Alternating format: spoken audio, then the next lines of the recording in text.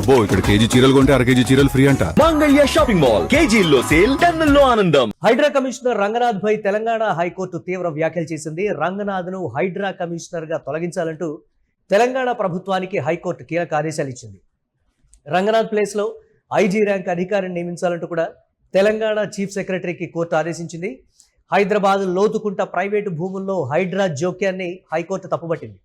లోతుకుంట వ్యవహారంలో తమ ఆదేశాలను 3 సార్లు హైడ్రా అతిక్రమించిందని కూడా మండిపడింది. గతంలోనూ పలుమార్లు హైకోర్టు తీర్పులను రంగనాథ్ పట్టించుకోలేదనేటువంటి విమర్శలు అయితే ఉన్నాయి. వీకెండ్ కూల్చివేతలపైన హైకోర్టు మండిపడుతోంది. రాష్ట్రంలో హైడ్రా చట్టం ఒక్కటే ఉందా అంటూ కూడా నిలదీసింది హైకోర్టు. 63 సార్లు కోర్టు ధిక్కరణలను పాల్పడారు రంగనాథ్. ఈ నేపథ్యంలో కోర్టు ఆ విధంగా సీరియస్ అవ్వడానికి రీజన్ అంటే గతంలో కూడా రకరకాలైనటువంటి అంశాలకు సంబంధించి హైడ్రా విషయంలో సామాన్యులు కోర్టుకు ఎక్కడం కావచ్చు, లేకపోతే సామాన్యుల పట్ల వారి ఆస్తుల పట్ల హైడ్రా వ్యవహరిస్తున్నటువంటి తీరుకు సంబంధించి సోషల్ మీడియాలో వైరల్ అయినటువంటి వీడియోలన్నీ కూడా మా దృష్టికి వచ్చాయి. ఇది హైకోర్టు గతంలో చేసినటువంటి కామెంట్.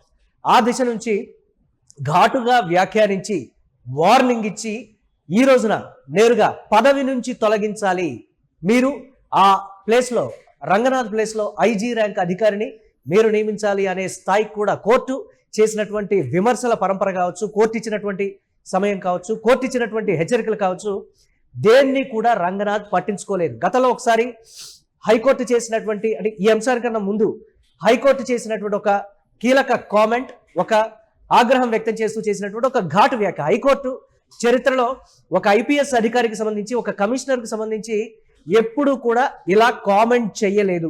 ఇది హైకోర్టు కూడా చెప్పినటువంటి మాట. హైడ్రా కమిషనర్ రంగనాథ్ను వెంటనే అరెస్టు చేయండి, అతను ఒక అలవాటు పడిన నేరస్తుడిలా మారాడు. అవును, మీరు విన్నది నిజం. అక్రమ నిర్మాణాల కూల్చివేతలు, ఆక్రమణల తొలగింపు పేరుతో ఐపీఎస్ అధికారి రంగనాథ్ నేతృత్వంలో దూకుడుగా వ్యవహరిస్తున్నటువంటి హైడ్రాకు తెలంగాణ అత్యున్నత న్యాయస్థానం అప్పుడు ఇచ్చినటువంటి కామెంట్స్ రూపంలో ఊహించని షాక్ అయితే ఇచ్చింది. అయితే రంగనాథ్ విషయంలో శాఖాపరమైనటువంటి విచారణలు కాదు, కౌంటర్లు దాఖలు చేయడం కాదు, ఏకంగా హైడ్రా కమిషనర్ను అరెస్టు చేయండి, ఈరోజు నేరుగా ఆ పదవి నుంచి తనను తొలగించాలి అని ప్రభుత్వానికి సూచించడం కాదు, నేరుగా ఆదేశాలు అయితే ఇచ్చినటువంటి పరిస్థితిని మనం చూస్తున్నాం. కోర్టు ఆ స్థాయిలో ఆగ్రహం వ్యక్తం చేయడానికి కూడా చాలా రకాల రీజన్స్ అయితే ఉన్నాయనేటువంటి మాట. రాష్ట్రంలో హైడ్రా ఒక్కటే ఉందా? సామాన్యులు ఎందుకు భయకంపితులు కావాలి, ఎందుకు భయపడుతూ ఉన్నారు?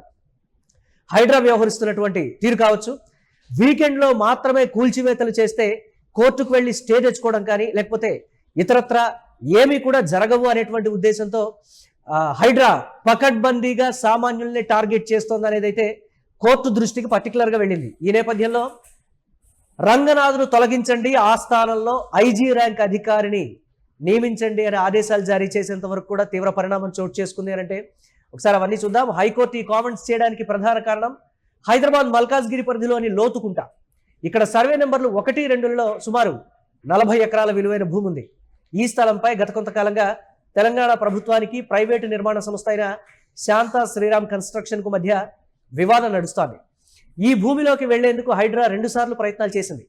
మొదటిసారి తెలంగాణ ప్రభుత్వానికి ఎదురుదెబ్బ తగిలింది. మళ్లీ విచారణ జరిగిన శాంతా శ్రీరామ్ కన్స్ట్రక్షన్ వైపే న్యాయస్థానం తీర్పిచ్చింది. ప్రైవేటు భూమిలోకి ప్రభుత్వం కానీ అధికారులు కానీ జోక్యం చేసుకోవద్దని కూడా స్పష్టమైనటువంటి ఆదేశాలు అయితే ఇచ్చింది. 2 సార్లు న్యాయస్థానంలో ప్రభుత్వం ఓడిపోయినప్పటికీ 3వసారి కథలోకి హైడ్రా ఎంట్రీ ఇచ్చింది. ఇక్కడ కోర్టు పర్టికులర్గా అసహనం వ్యక్తం చేసింది, ఆగ్రహం వ్యక్తం చేసింది. రంగనాథ్ని అరెస్టు చేయండి. ఈ సందర్భంగా 1 కాదు 2 కాదు 10ల సార్లు కోర్టు ధిక్కరణకు సంబంధించి హైడ్రా కోర్టు ధిక్కరణకు పాల్పడింది అని అంటే ఏం చేస్తూ ఉన్నారు? ఉన్నతాధికారులు దీని మీద చర్యలు తీసుకోరా? చీఫ్ సెక్రటరీ కూడా కీలకమైనటువంటి ఆదేశాలు అయితే ఇచ్చినటువంటి సిచ్యువేషన్ ఉంది. న్యాయస్థానం చెప్పినా కానీ వినరా? కోర్టు అంటే చట్టాలు, న్యాయస్థానాలు అంటే మీకు లెక్క లేదా? ఇంత ఘాటుగా కూడా అప్పుడు హైకోర్టు వ్యాఖ్యానించినటువంటి సిచ్యువేషన్ ఉంది. కోర్టు స్టేలు, ఆర్డర్లు అమల్లో ఉన్నప్పటికీ ఈ నెల 17వ తేదీన హైడ్రా సిబ్బంది దౌర్జన్యంగా ఆ 40 ఎకరాల భూమిలోకి ప్రవేశించారు. అంతటితో ఆగకుండా ఆ సంస్థ యజమానులపై క్రిమినల్ కేసులు నమోదు చేసి భూమి చుట్టూ ఫెన్సింగ్ వేశారు. తన భూమిని కాపాడుకోవడానికి 2 సార్లు కోర్టుకు వెళ్లి బాధితులైతే గెలిచారు. హైడ్రా అరాచకానికి నిరసనగా తక్షణమే మళ్లీ హైకోర్టును ఆశ్రయించారు. బాధితులు దాఖలు చేసిన పిటిషన్ను విచారించినటువంటి హైకోర్టు ధర్మాసనం తీవ్రతను గుర్తించింది. ప్రైవేటు భూముల్లోకి చొరబట్టంపై ఆగ్రహం వ్యక్తం చేస్తూ హైడ్రా కమిషనర్ రంగనాథ్ తక్షణమే కోర్టు ముందు హాజరు కావాలి అని కూడా సమన్లు జారీ చేసింది. అయినప్పటికీ కోర్టు ముందు హాజరైనటువంటి రంగనాథ్ని దోషుల్ని ఎలా అయితే కోర్టు విచారిస్తుందో, అంటే దోషులు నిలబడేటువంటి బోన్ కావచ్చు, ఆ విధమైనటువంటి ఆ స్థితిలో నిలబెట్టి కోర్టు వేసినటువంటి ప్రశ్నలకి రంగనాథ్ సమాధానం చెప్పలేకపోయారని కూడా కోర్టులో ఉన్నటువంటి వారి ద్వారా సమాచారం. ఈ నేపథ్యంలో ఎందుకు మేము అడిగిన దానికి మీరు సమాధానం చెప్పడం లేదు, మాట్లాడలేకపోతూ ఉన్నారు, అంటే మీరు మౌనంగా ఉంటే మీరు చేసింది తప్పని ఒప్పుకున్నట్టే అనేటువంటి మాట కూడా చెప్తున్నారు.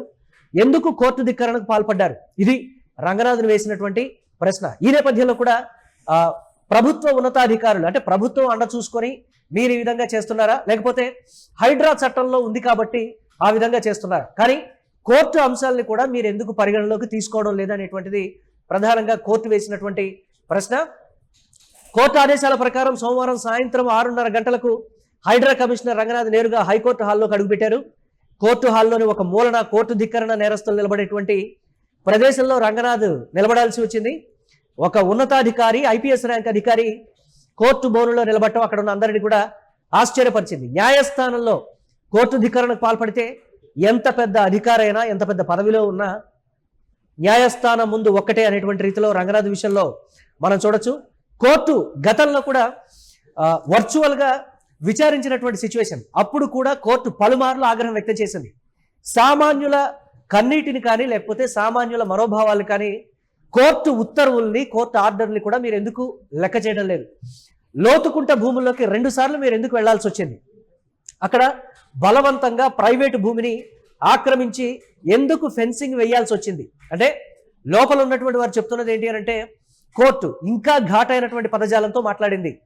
ఎస్, బయట ఉన్నటువంటి కబ్జాదారులు ఏ విధంగా వ్యవహరిస్తారో ఆ విధంగా ఉన్నతాధికారులు లోతుకుంట భూమి విషయంలో వ్యవహరించారు. ఇంత ఘాటుగా కూడా మాట్లాడినటువంటి సందర్భాన్ని అయితే ఎప్పుడూ కూడా చూడలేదనేటువంటి పరిస్థితి. ఒక ఐపీఎస్ అధికారి ఇన్నిసార్లు కోర్టు ధిక్కరణకి పాల్పడటం అనేది తెలంగాణ కోర్టు చరిత్రలో కూడా ఇప్పటి వరకు లేదు అనేటువంటి మాట. కనీసం వివరణ ఇవ్వడం కానీ, లేకపోతే దీనికి సంబంధించి ఉన్నతాధికారుల చేత, లేకపోతే అడ్వకేట్ చేత ఏదో ఒక పిటిషన్ వేయించడం కానీ ఏదో జరిగేది. కానీ హైడ్రా విషయంలో అలాంటిది ఏది జరగడం లేదు. మీరు ప్రభుత్వం కోసం పనిచేస్తున్నారా, ప్రజల కోసం పనిచేస్తున్నారా అనేటువంటి మరొక ఘాటైనటువంటి కామెంట్తో కూడా కోర్టు రంగనాథ్ను నిలదీసిందని కూడా చెప్తూ ఉన్నారు. అసలు ఈ రాష్ట్రంలో రూల్ ఆఫ్ లా అనేది ఒకటి ఉందని హైడ్రా మర్చిపోతుందా? అధికారులు తమ ఇష్టారీతిని వ్యవహరిస్తే ఎలా కుదురుతుంది? ఇంత ఘాటైనటువంటి పదజాలంతో కోర్టు అయితే కామెంట్ చేసింది. ప్రైవేటు భూమిలోకి వెళ్ళొద్దని స్పష్టమైనటువంటి కోర్టు ఆదేశాలు ఉన్నప్పటికీ కూడా మీరు 3 సార్లు ఆ భూమిలోకి ఏ ప్రాతిపదికన ప్రవేశిస్తారంటూ కూడా రంగనాథ్పై ధర్మాసనం ప్రశ్నల వర్షం అయితే కురిపించినటువంటి సిచ్యువేషన్. న్యాయమూర్తి అక్కడితో ఆగలేదు. అసలు బాధితులపై క్రిమినల్ కేసు ఎందుకు పెట్టారు అని కూడా ప్రశ్నించారు. మీరు పెట్టిన ఎఫ్ఐఆర్ కాపీని కనీసం బాధితులకు ఎందుకు ఇవ్వలేదు? రహస్యంగా కేసులు పెట్టి భూములు స్వాధీనం చేసుకుంటారా? ఈ అధికారం మీకు ఎవరిచ్చారంటూ కూడా ఆగ్రహం వ్యక్తం చేస్తూ, అసహనం వ్యక్తం చేస్తూ కోర్టులో న్యాయమూర్తి చేసినటువంటి కామెంట్స్, ఇష్టారీతిన హైడ్రా ప్రవర్తిస్తే ప్రజల కోసం ఉండాల్సినటువంటి హైడ్రా ప్రజల్ని ఈ విధంగా వేధిస్తుంది అనటానికి ఇదిగో మా వద్ద ఉన్నటువంటి సాక్ష్యాలు, మేమిచ్చినటువంటి ఆర్డర్లు, మీరు ఉల్లంఘించినటువంటి అంశాలు, మీరు ధిక్కరించినటువంటి వ్యవహారాలు అని కూడా కోర్టు రంగనాథ్ ముందు పలు రకాలైనటువంటి అంశాలను ముందుంచింది. అయినప్పటికీ ఎలాంటి సమాధానం చెప్పకుండా మౌనంగా రంగనాథ్ ఉండిపోయారని కూడా లోపల ఉన్నటువంటి వారు చెప్తూ ఉన్నారు. ఈ నేపథ్యంలో కోర్టు ఇచ్చినటువంటి ఆదేశాలు, మరి ప్రభుత్వం ఎలాంటి చర్యలు తీసుకుంటుంది? నిజంగా ఐజీ ర్యాంక్ అధికారిని నియమిస్తుందా, లేకపోతే రంగనాథ్నే కంటిన్యూ చేస్తుందా? కోర్టు ధిక్కరణ మొన్నటి వరకు రంగనాథ్ చేశారు, ఇప్పుడు కోర్టు ధిక్కరణని ప్రభుత్వం, అంటే కోర్టు ఇచ్చినటువంటి ఆదేశాలని ప్రభుత్వం ధిక్కరిస్తుందా అనేది ప్రధానంగా చూడాల్సినటువంటి పరిస్థితి.